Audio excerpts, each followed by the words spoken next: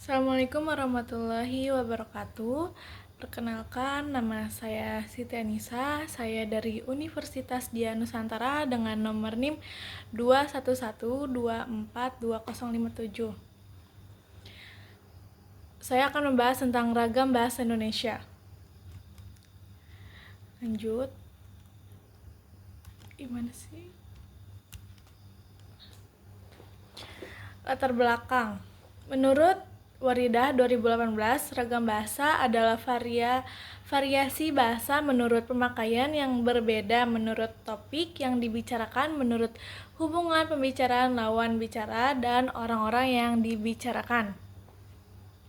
Jadi berdasarkan dampak Waridah 2018, ragam bahasa adalah variasi bahasa menurut pemakaian. Perbedaan ini munculnya karena adanya perbedaan dalam topik pembicaraan, hubungan antara pembicara dan lawan bicara.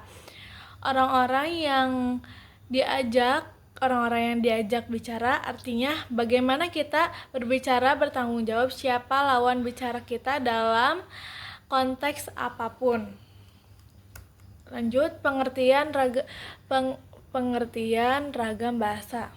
Komunikasi dengan menggunakan bahasa selalu melibatkan dua pihak, yaitu pembicara dan komunikator, dan pendengar ataupun komunikan. Bahasa dapat dikomunikasikan dengan dua cara, yaitu secara lisan dan secara tertulis.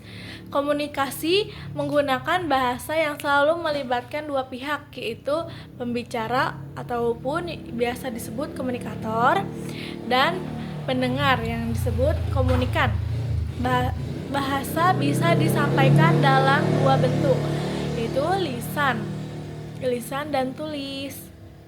Lanjut, ragam bahasa menjadi banyak jumlahnya karena pemilihan corak bahasa yang digunakan seseorang keanekaragaman penggunaan bahasa yang dipakai seseorang untuk mengkomunikasikan sesuatu.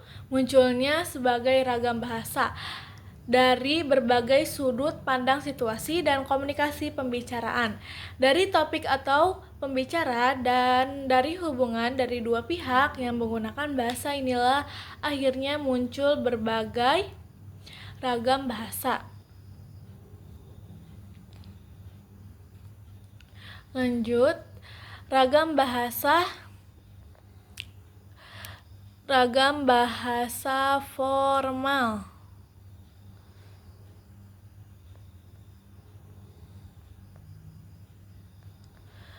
Ragam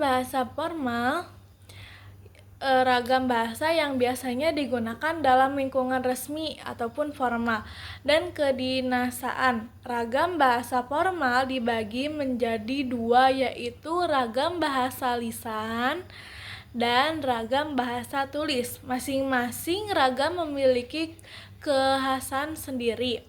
Ragam bahasa lisan formal lebih menitikberatkan kepada pilihan kata, sikap, serta situasi pembicara.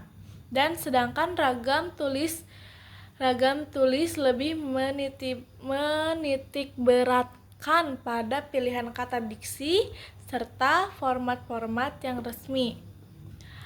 Lanjut, ragam bahasa nonformal. Ragam bahasa nonformal sangat berbeda dengan ragam bahasa formal.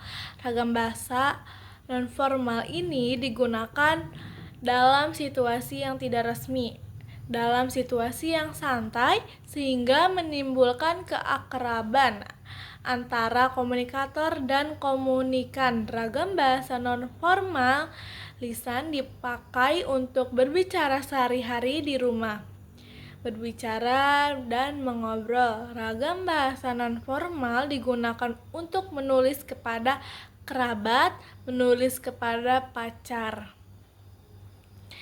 Dan bahasa nonformal digunakan dalam situasi yang tidak resmi ataupun santai.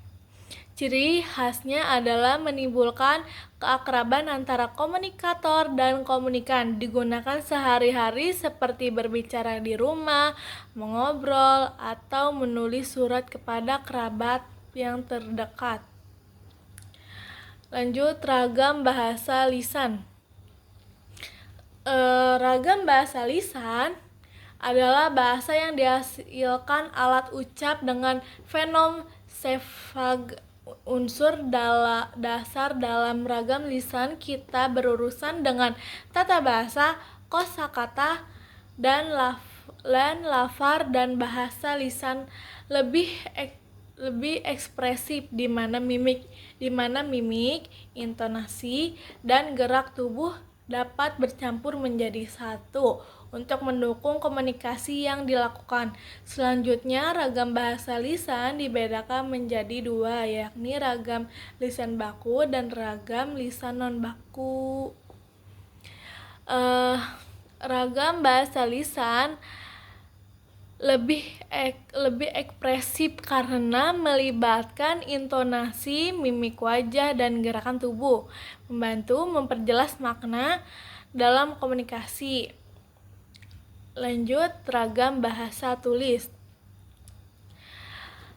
Ragam bahasa tulis adalah bahasa yang ditulis atau yang dicetak. Ragam bahasa tulis pun dapat merupakan ragam tulis yang standar maupun non-standar. Ragam bahasa tulis ini, seorang penulis harus sadar betul bahwa tulisannya akan dibaca oleh banyak manusia dengan beragaman tingkat pendidikan maupun aspek sosial kultural. Maka dia harus memilih kosakata yang luas dan menyusun kalimat-kalimat yang sederhana yang tidak menimbulkan ambivalensi. Ragam bahasa tulis digunakan dalam penulisan baik dalam bentuk resmi maupun non-resmi. Penulis harus memperhatikan bahwa tulisannya akan dibaca oleh banyak orang dengan latar belakangnya. Cukup sekian presentasi dari saya, kurang lebihnya mohon maaf. Wassalamualaikum warahmatullahi wabarakatuh.